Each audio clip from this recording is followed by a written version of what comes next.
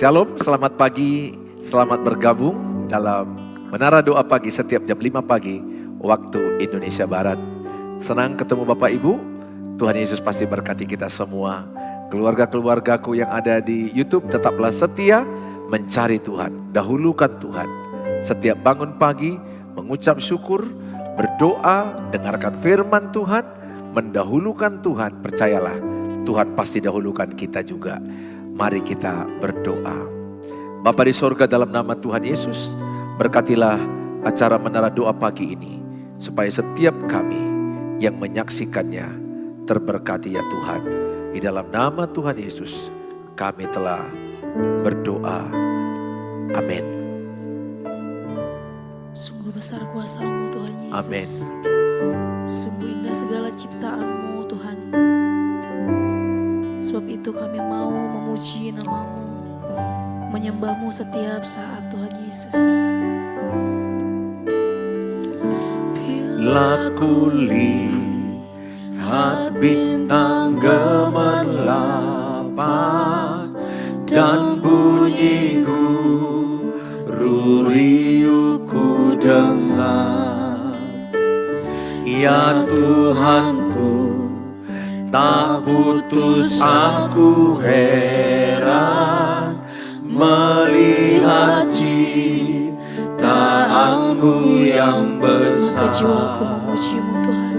Maka jiwaku pun memuji-Mu.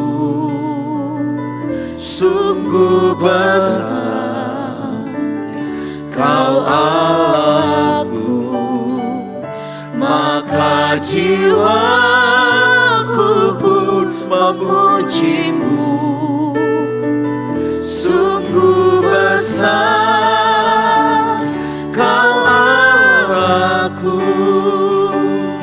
Ya Tuhan, apabila kami renungkan, Ya Tuhanku, apabila ku renungkan pemberian-Mu dalam penebus, ku tertegun Tuhan.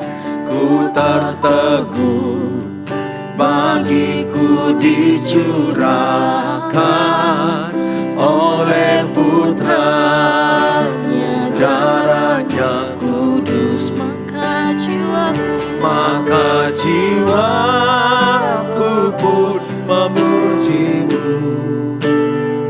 Sungguh besar Kau Allahku, maka jiwaku pun memuji-Mu. Sungguh besar Kau Allahku, maka jiwaku pun memuji-Mu. Sungguh besar Kau Allahku, maka jiwaku pun memuji-Mu. Sungguh besar sekali lagi nyatakan, maka jiwaku pun memuji-Mu. Sungguh besar Kau Allahku, maka jiwaku pun memuji-Mu. Sungguh besar Kau Allahku, sungguh besar, sungguh besar Kau Allahku, sungguh besar, sungguh besar Kau Allahku. Sebab kami rindu bermazmur Amin, Tuhan. bagi-Mu Tuhan Yesus. Amin. Kerinduan kami, biarlah pujian kami Tuhan Amin. manis, Engkau dengar ya Bapa. Ya Tuhan. Terima kasih Tuhan Yesus. Ya Tuhanku, aku hendak bernyanyi bagimu. selama ku hidup. Ya Allahku, aku hendak bermazmur bagimu selagi ku ada. Ini yang kami renungkan Tuhan. Inilah yang ku renungkan setiap waktu. Nyanyian pujian dan pengagungan kepadamu.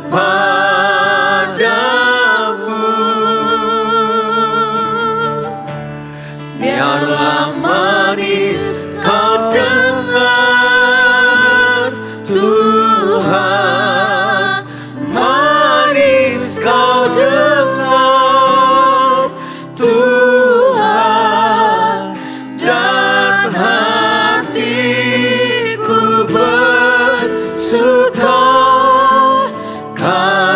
karenamu. Sekali lagi sama-sama kita katakan dari awal. Ya Tuhanku, aku hendak bernyanyi bagimu selama ku hidup. ya Allahku, Ya Allahku, aku hendak bermazmur bagimu selagi ku ada. Inilah yang ku renungkan setiap waktu. Nyanyian pujian dan pengagungan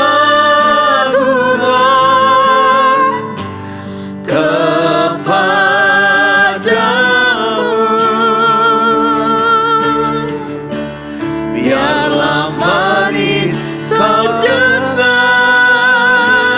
Tuhan, manis kau dengar Tuhan, dan hatiku bersuka karena. sebab kami ingin merenungkan Tuhan Yesus. Inilah yang ku renungkan setiap waktu.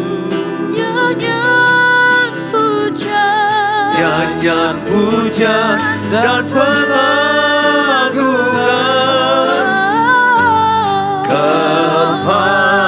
kepadamu. Biarlah manis kau dengar Tuhan, manis kau dengar Tuhan, dan hatiku bersuka karenamu.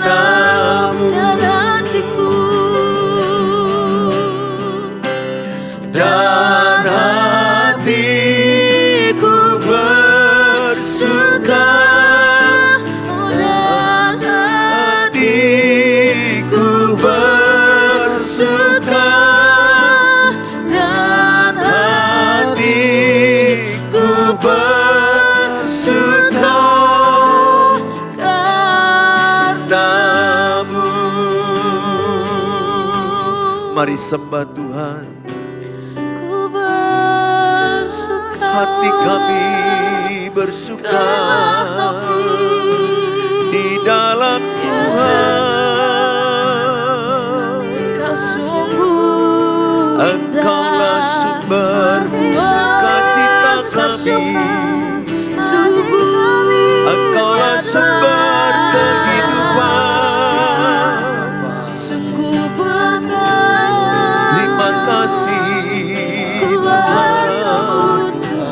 Kami bersyukur buat pagi hari ini. Kami bersyukur buat kebaikan berkat-Mu. Terima kasih. Melimpah Tuhan dalam Terima kasih. kami rasakan Terima kasih Tuhan. kebaikan-Mu, Kami bersyukur. ini kerinduan kami Tuhan, Kami menyembah-Mu sepanjang hidup kami. Terima kasih Tuhan. Kaulah yang besar, Engkaulah sumber Kaulah sukacita kami, Tuhan, layak sumber kekuatan kami.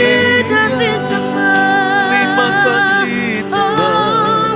Biarlah pujian tertinggi hanya layak Haleluya. bagimu.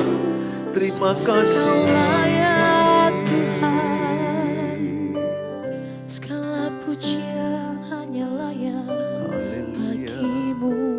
Amin Tuhan. Kau layak Tuhan Yesus menerima pujian tertinggi.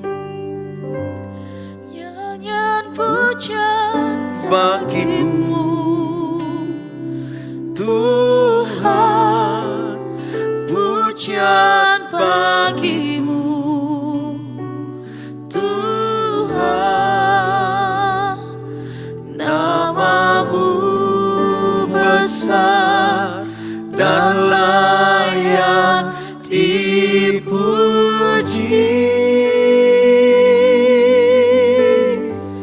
Nyanyian pujian bagimu, Tuhan. Pujian bagimu, Tuhan. Namamu besar dan layak dipuji. Ini menjadi pengakuan kami di hadapan-Mu Tuhan Yesus. Nyanyian pujian bagimu, Tuhan. Pujian bagimu, Tuhan.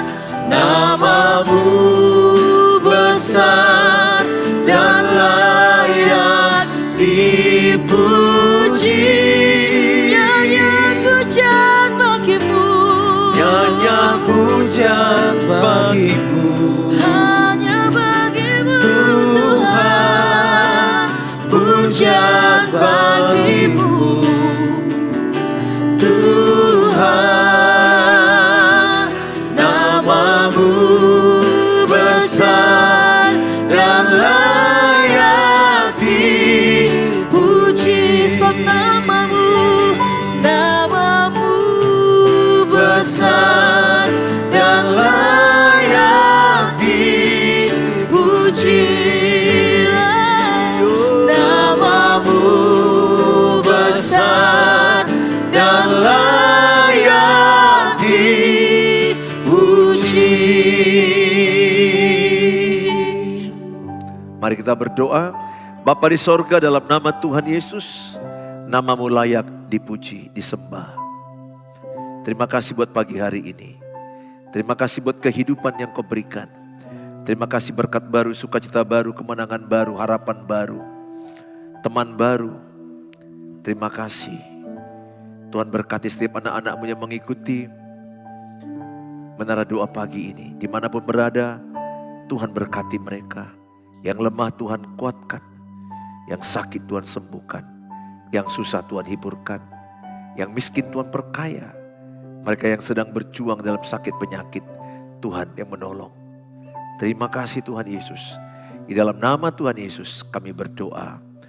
Amin. Amin. Shalom Bapak Ibu yang saya kasihi. Pada pagi hari ini kita akan belajar dengan tema menjadi berkat bagi keluarga. Penting sekali kita menjadi berkat bagi keluarga.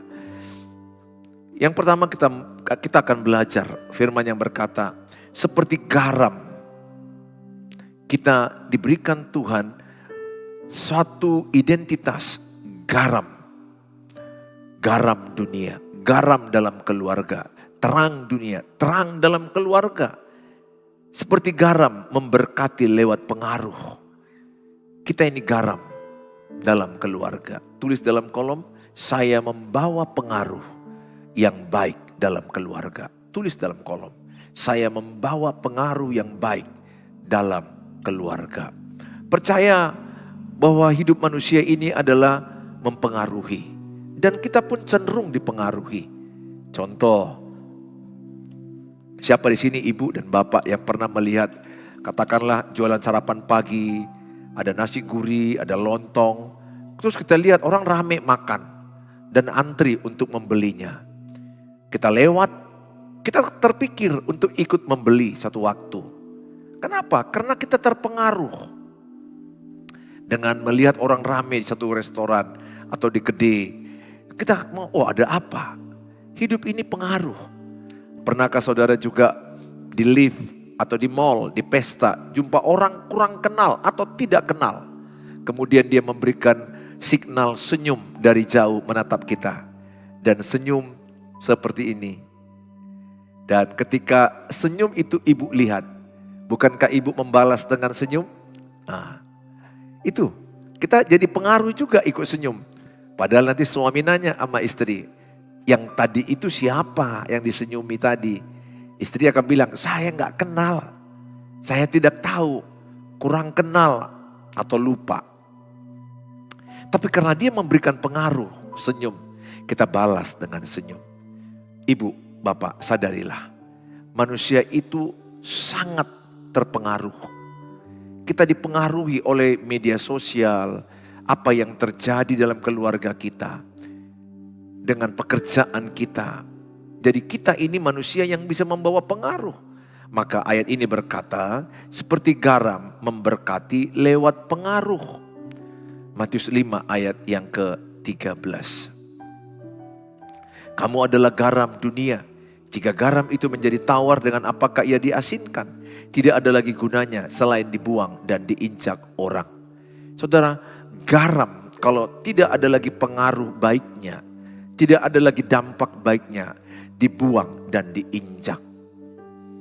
Garam tidak ada rasa, maka dia gak ada gunanya dimasukkan dalam sayur, dalam ikan. Sadarkah kita bahwa kita bawa pengaruh? Garam itu menggambarkan apa? Pengaruh. Dia melarut dalam air itu dan dia menyatu dengan air itu, memberi rasa kepada sayur, memberi rasa kepada mie yang kita masak, memberi rasa kepada ikan. Artinya apa? Kita ini garam dunia. Dimanapun saya diletakkan, saya harus sadar, saya garam dunia. Saya memberi pengaruh yang baik. Saya membawa pengaruh kerajaan Allah ke dunia ini. Dunia ini, kerajaan dunia ini gelap. Tapi Tuhan membawa kita menjadi garam dunia, terang dunia. Bawalah pengaruh yang baik dalam keluargamu. Bawalah pengaruh yang baik dalam keluargamu. Dimulai dari mana?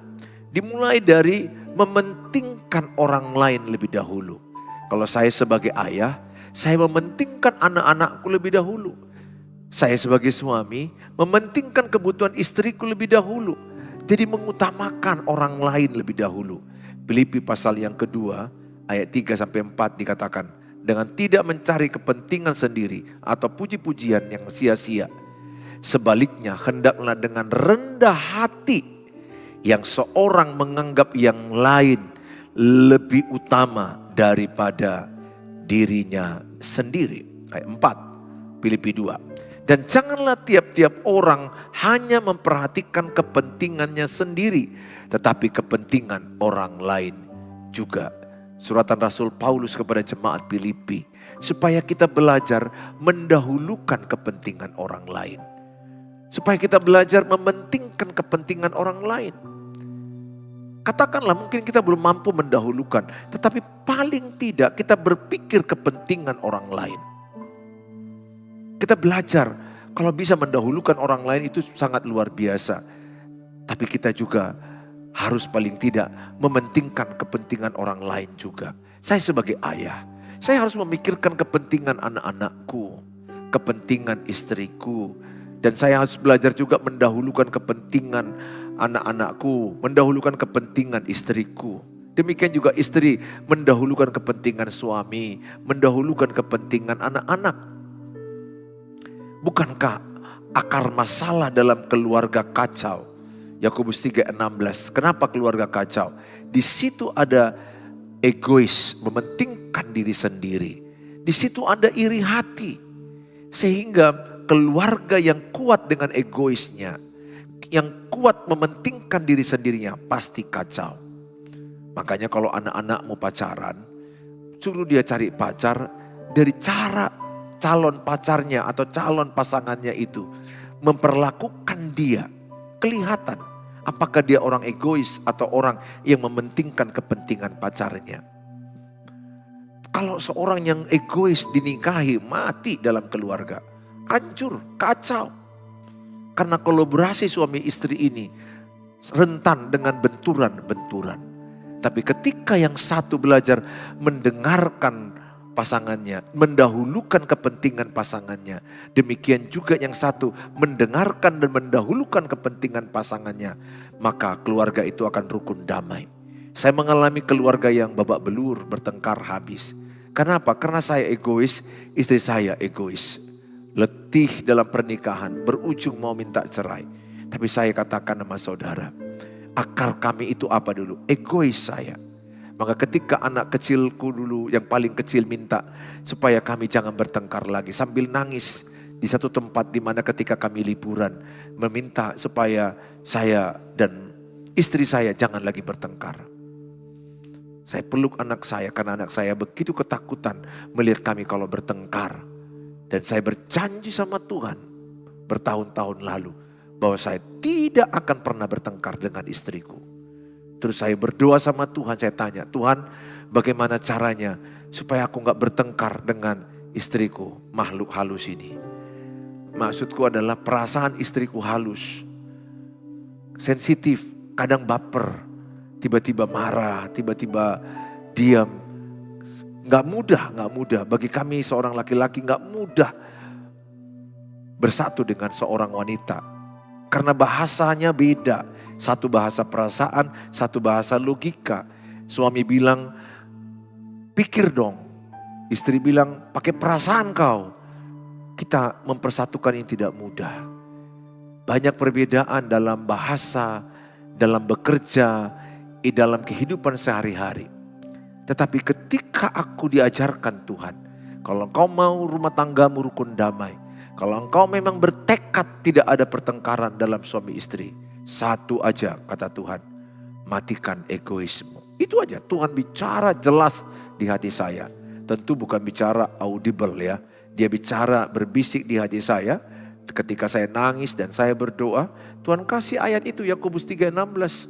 Akar kekacauan dalam pernikahan, akar kekacauan dalam keluarga, dalam pekerjaan, dalam organisasi. Ketika ada yang egois, ketika ada yang iri hati. Ini kerinduan saya sebagai seorang suami. Saya bilang, Tuhan, kumatikan egoisku, kumatikan kesombonganku. Amsal 13 ayat 10 dikatakan bahwa keangkuhan akan menimbulkan pertengkaran. Jadi orang yang bertengkar itu orang sombong, orang angkuh. Matius 11 ayat 29, orang yang rendah hati akan tenang. Jadi ciri orang yang rendah hati tenang menghadapi masalah. Tenang meresponi persoalan, itu orang rendah hati. Ciri orang sombong ketika ada persoalan berteriak, ngamuk-ngamuk, marah-marah. Atau sebaliknya diam. Diam itu juga toksik, racun, silent is toxic. Saudara, sejak kumatikan egoisku, dalam nama Tuhan Yesus, kumatikan egoisku. Aku mau melihat pernikahanku rukun. Aku mau melihat anak-anakku sembuh dari luka-luka yang kami lakukan ketika kami bertengkar suami istri. Tuhan mampukan saya, tidak sempurna saya, tapi saya diberikan kekuatan untuk saya matikan egois. Sehingga kalau istri saya emosinya kurang stabil, saya bisa membantu dia untuk stabil. Ternyata tidak terlalu sulit. Dulu kalau dia marahi saya lawan marah. Kalau dia bully saya bully dia. Habis-habisan. Kami akibatnya saling menyerang. Sekarang tidak. Ya, yang namanya wanita ini kan emosionalnya nggak stabil ya. Kenapa? Pikirannya lebih banyak. Jelas, wanita itu multitasking. Dalam satu waktu memikirkan banyak hal. Dia memikirkan tagihan listrik, air, cicilan sepeda motor, rumah, makan apa besok, uang sekolah anak-anak, baju anak-anak, seragam anak-anak, mertua, rame pikirannya. Kalau laki-laki tidak, semuanya dia sederhana.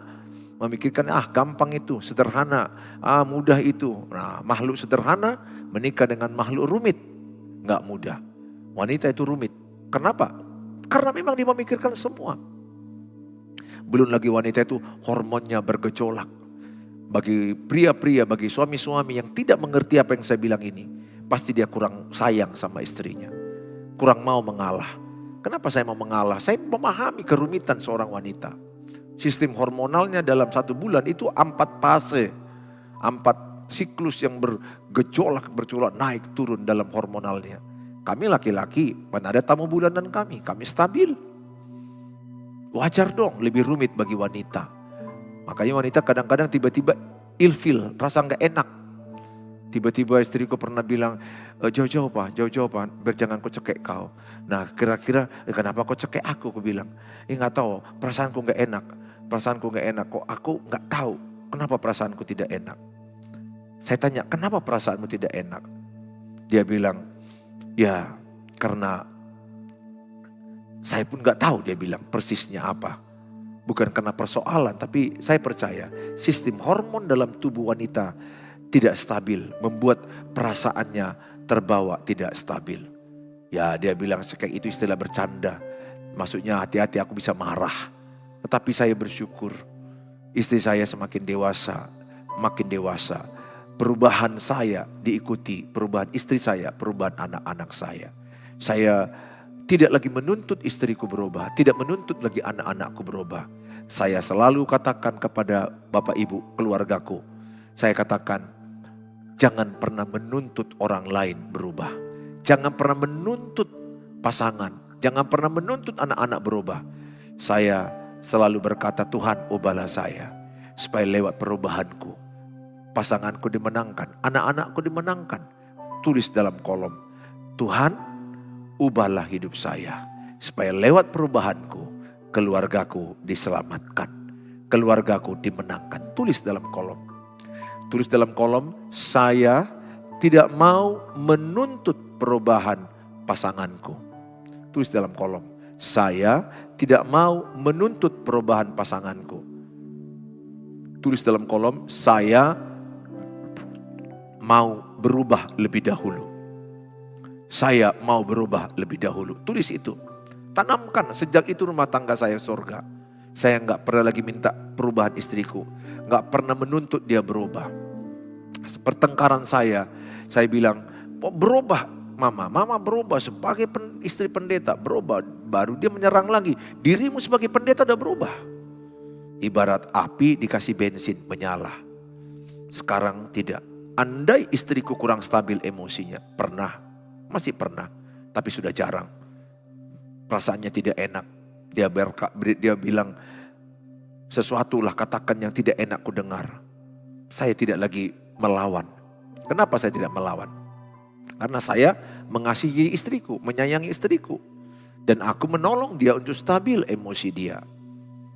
Saya cepat cuci piring, nyapu rumah, membantu, menolong, belanja, membereskan sampah, buang ke tong sampah.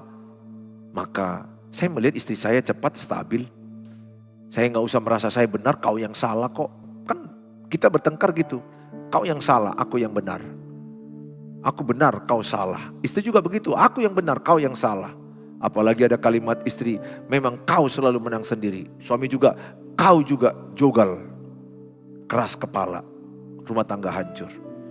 Andai ada satu yang dewasa. Andai ada satu yang mau merendahkan hati. Mematikan egois, membuang kesombongan. Dan mau berkata I'm sorry, minta maaf. Cepat selesai, gak perlu berjam-jam, gak perlu berhari-hari. Gak perlu sampai jauh-jauhan. Saudara, utamakan kepentingan orang lain. Kolose 4 ayat 6. Hendaklah kata-katamu senantiasa penuh kasih, jangan hambar. Sehingga kamu tahu bagaimana kamu harus memberi jawab kepada setiap orang. Kata-katamu penuh kasih. Tulis dalam kolom, kata-kataku kepada keluargaku penuh kasih. Tulis dalam kolom, kata-kataku kepada keluargaku penuh kasih. Ayat ini katakan, jangan sampai kata-katamu kotor, kata-kata kosong, kata-kata sembrono, kata-kata yang hambar, kata-kata yang sia-sia, jangan ada. Apalagi mengkritik dengan negatif, menjatuhkan, melemahkan, kata-kata toksik, jangan. Dulu saya pernah begitu.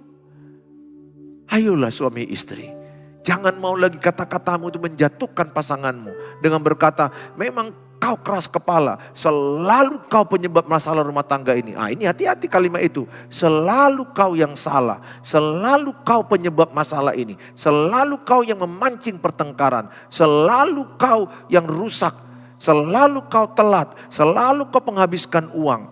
Stigma negatif kepada pasanganmu melukai pasanganmu.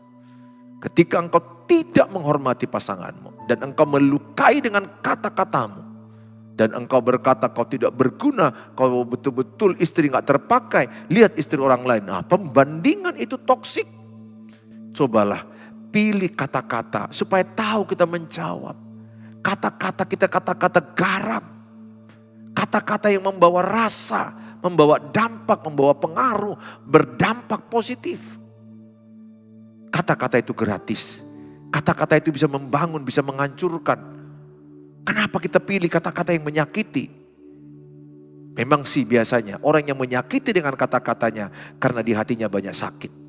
Orang yang melukai dengan kata-katanya karena di hatinya banyak luka. Orang yang menyerang orang lain agresif karena luka banyak di hatinya. Itu biasanya karena luka masa kecil, inner child. Masa kecilnya dia merekam kata-kata kasar. Masa kecilnya dia merekam papa mamanya gak cakapan. Sehingga anak-anak merekam itu dan melakukannya ketika menikah. Karena pernikahan anak-anak akan meniru pernikahan papa mama 80%. Saya sejak tahu itu saya kejar pernikahanku lebih baik. Supaya di sisa hidup pernikahan kami mereka bisa merasakan pernikahan papa mama yang baik. Sehingga ketika mereka menikah, mereka gak perlu bertengkar habis-habisan. Ya beda pendapat pasti ada. Tidak enakan pasti ada. Namanya lah dua pribadi yang berbeda dipersatukan. Pilih kata-kata, jangan sampai hambar. Alkitab juga berkata adalah, yang kedua, seperti terang memberkati lewat kehadiran. Jadi kita digambarkan di Alkitab terang dunia. Seperti terang memberkati lewat kehadiran. Matius 5:14-15, kamu adalah terang dunia. Kota yang terletak di atas gunung tidak mungkin tersembunyi. Lagi pula orang tidak menyalakan pelita lalu meletakkannya di bawah gantang. Gantang itu tempat gandum 9 liter. Jadi gak mungkinlah ada lilin kita letakkan masukkan dalam gantang. Gak mungkin. Pasti lilin yang kita letakkan kalau mati lampu kita letakkan di atas lemari atau di atas meja kaca. Supaya menerangi sekelilingnya. Maka Alkitab berkata adalah melainkan di atas kaki dia sehingga menerangi semua orang di dalam rumah itu. Kehadiran terang menghilangkan gelap. Lihat ketika mati lampu di rumah kita, gelap sekali. Tiba-tiba datang hidup lampu PLN, maka terang mengalahkan gelap. Bagaimanakah membuat rumahmu jadi terang? Caranya apa? Hiduplah dalam terang Kristus. Maka kegelapan iblis akan pergi. Kegelapan tidak perlu diusir. Pergilah gelap, gak usah. Hidupkan terang. Hidupkan lampu. Maka gelap akan pergi. Hidup dalam terang Kristus. Kegelapan iblis akan sirna. Saudara, dalam dikatakan adalah Filipi 2 ayat 15 dikatakan. Supaya kamu tidak beraib dan tiada bernoda. Sebagai anak-anak Allah yang tidak bercelah di tengah-tengah angkatan yang bengkok hatinya. Dan yang sesat ini. Sehingga kamu bercahaya di antara mereka seperti bintang-bintang di dunia. anak Tuhan Yesus bercahaya seperti bintang-bintang. Saya berdoa, Bapak, Mama, bercahayalah engkau di rumahmu. Lihat wajah anak-anakmu sudah gelap. Marah-marah, diam-diaman, tidak teratur hidup mereka. Papa Mama marahi terus, makin terluka lagi. Ingat, yang membuat anak bertobat kasih Kristus. Penerimaan mereka, doa Bapak Ibu, teladan Bapak Ibu. Itu yang membuat anak bertobat jadi teladan. Saya banyak menjumpai pernikahan yang gelap. Saya banyak menjumpai pernikahan yang gak karu-karuan. Anak-anak yang gak terurus, anak-anak yang gak teratur. Saya berdoa, jadilah terang lewat kehadiran kita. Sehingga ketika saya hadir, anak-anakku kebingungan menghadapi masalah pacaran, menghadapi masalah kuliah, menghadapi masalah kehidupan ini. Tapi ketika papanya datang, mereka berkata terima kasih. Ada terang yang dicahayakan oleh papanya. Ada terang yang dicahayakan oleh mamanya. Maka kehadiran papa dan mama menghadirkan terang. Sehingga rumah itu penuh cahaya Kristus. Dan anak-anakmu akan jadi terang bagi dunia ini. Menjadi bercahaya, menjadi generasi bintang. Dimanapun anak cucumu akan diberkati Tuhan. Mari kita berdoa. Bapa di sorga, dalam nama Tuhan Yesus, kami bersyukur diberkati dengan firman Allah. Kami disadarkan bahwa kami membawa dampak yang baik dalam keluarga. Bahwa kehadiran kami adalah menjadi terang, jadi garam. Mempengaruhi, mengusir kegelapan dari rumah kami. Kami berdoa Papa Mama yang menyaksikan ini, anak-anak yang menyaksikan ini. Kami membawa terang dalam keluarga. Kami membawa pengaruh, rasa dalam keluarga karena kami adalah garam. Dimulai dari keluarga, tetangga kami, kota dan bangsa kami. Bapa, pulihkanlah pernikahan demi pernikahan. Pulihkanlah anak-anak yang belum bertobat, yang jauh, yang melawan orang tua, yang malas belajar.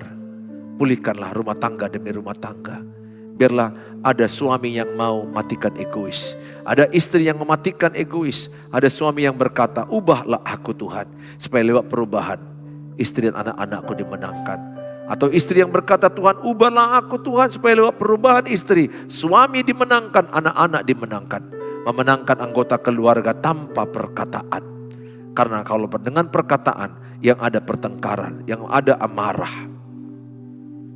Hamba-Mu berdoa, setiap mereka yang datang pada hari ini, yang menyaksikan tayangan ini, berkatilah, pulihkanlah. Mereka yang sakit, hamba-Mu berdoa, biarlah kiranya tangan kanan mereka meletakkan ke bagian tubuh yang sakit.